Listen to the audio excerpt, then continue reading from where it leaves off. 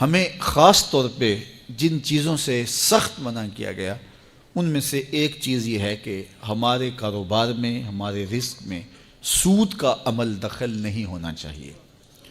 سود ویسے بھی باطن کی ساری روشنی سلب کر لیتا ہے۔ مختلف مقامات پہ اللہ نے مختلف چیزیں ہمارے لیے بیان فرمائی ہیں، اور اللہ تعالیٰ کی شفقتیں ہیں کہ اللہ نے ان کی حکمتیں بھی بیان فرمائی۔ مثال کے طور پہ شراب کی حرمت بیان فرمائی تو کہا کہ اس کے اندر فائدے بھی ہیں، لیکن اس کے جو نفع ہیں ان سے جو گناہ ہے، وزر ہے اس کا، وہ زیادہ ہے۔ کفار نے کہا کہ یہ سود کو آپ نے حرام کر دیا شریعت اسلامیہ نے، اور کاروبار کو آپ نے حلال قرار دے دیا ہے، جبکہ سود اور کاروبار ایک جیسے ہی ہیں۔ وہاں بھی پیسہ لگا کر کے کچھ حاصل کیا جاتا ہے اور یہاں بھی پیسہ لگا کر کے کچھ حاصل کیا جاتا ہے، تو یہ تو دونوں ایک جیسے ہیں، اور تم کہتے ہو یہ الگ الگ ہیں۔ اللہ فرماتا ہے ایک جیسے نہیں ہیں۔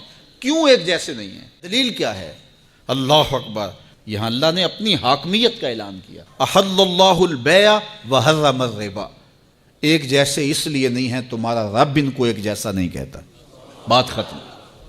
ذرا غور کیجئے، یہاں اللہ چاہتا تو دلائل کے انبار لگا دیتا کہ سود سے یہ جو ہے وہ تمہیں تکلیفیں ہوں گی، اس طرح کاروبار برباد ہوگا، یہ بے چینیاں ہوں گی، اس طرح تمہاری معیشت لٹے گی، اس طرح تمہیں بے قراریاں ہوں گی، اور کاروبار سے یہ فوائد ہیں، اور علماء بیان بھی کرتے ہیں۔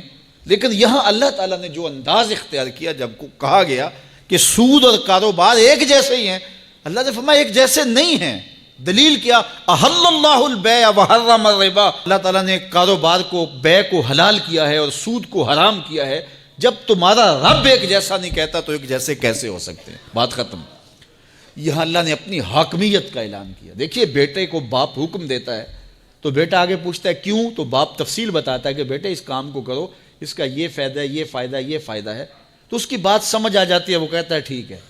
لیکن کبھی باپ اگر اس موڈ میں ہو کہ میں باپ ہوں، یہ میرا بیٹا ہے، تو وہ کہے کہ جناب کہ یہ کام کرو، تو وہ کہے کیوں، تو باپ آگے کہے کہ میں تمہارا باپ ہوں، میں تمہیں کہہ رہا ہوں، بات ختم۔ تو اس وقت کیوں کا جواب یہ ہے کہ میں باپ ہوں اور باپ کا حق ہے جو کہے بیٹا وہ مانے۔ شاگرد کہے کیوں، تو استاد اس کی حکمتیں بیان کرتا ہے کہ جناب یہ، لیکن کبھی استاد کہے میں استاد ہوں، تمہیں کہہ رہا ہوں، جب میں کہہ رہا ہوں کہ یہ نہیں لینا، بات ختم۔ تو اللہ تعالیٰ جل شانہ نے ہمیں مختلف مواقع پر احکام کی حکمتیں بیان فرمائی ہیں۔ فرمایا کہ زنا کے قریب بھی نہ جانا، کیوں؟ انہ کان فاحشۃ وساء سبیلا، کہ یہ کھلی بے حیائی ہے اور یہ بڑا برا راستہ ہے، حکمتیں بیان کی گئی۔ لیکن جب بات یہ آئی سود کی تو پوچھا گیا کہ یہ سود کیوں حرام ہے؟ کہا تمہارا رب اس کو حرام کہہ رہا ہے، بات ختم ہو گئی۔ تو یہاں اللہ نے اپنی حاکمیت کا اعلان کیا۔ اب اگر کوئی سودی کاروبار کرتا ہے تو میرا اس سے اعلان جنگ ہے، پھر وہ چین کی زندگی جی کے دکھائے، پھر وہ کاروباری نتائج کو اپنے منطقی انجام تک پہنچا کے دکھائے کہ یہ دیکھو سود کا کاروبار کیا، اس کا نتیجہ اچھا ہوا، کو کر کے دکھائے۔ میں چیلنج رب ہو کے دے رہا ہوں کہ جو سود خور ہے اس سے اعلان جنگ دیتا ہوں۔ تو جب رب ہو کے کہتا ہے کہ میں اعلان جنگ دیتا ہوں، تو ایک کافر تو وہ چیلنج قبول کر لے، ایک مومن تو چیلنج قبول نہیں کر سکتا۔ اس لیے حضرت ابو ہریرہ سے مروی روایت میں ہے کہ سود کا ایک درہم ماں سے 70 مرتبہ زنا کرنے سے بدتر ہے۔ ایک درہم۔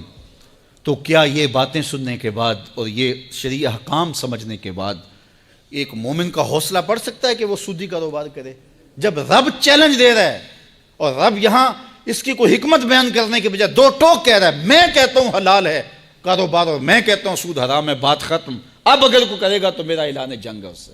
دو لوگوں کے ساتھ اللہ نے اعلان جنگ کیا، ایک کا قرآن میں سود خور کے ساتھ اللہ کے اعلان جنگ ہے، اور دوسرا حدیث میں من عاد لی ولیا فقد آذنتہ بالحرب، جو میرے ولی سے بغاوت کرتا ہے، دشمنی کرتا ہے، عداوت رکھتا ہے، اللہ فرماتا ہے میرا اس کے ساتھ اعلان جنگ ہے، میں اس کے پلے کچھ نہیں چھوڑوں گا جو میرے ولی سے دشمنی رکھتا ہے۔ تو اپنے کاروبار میں کبھی بھی آپ سود کا کوئی عنصر کسی روپ کے اندر بھی داخل نہ ہونے دیں، اللہ کے حکموں کی خلاف ورزی نہ کریں، پھر دیکھنا کیسے طمانینت آتی ہے۔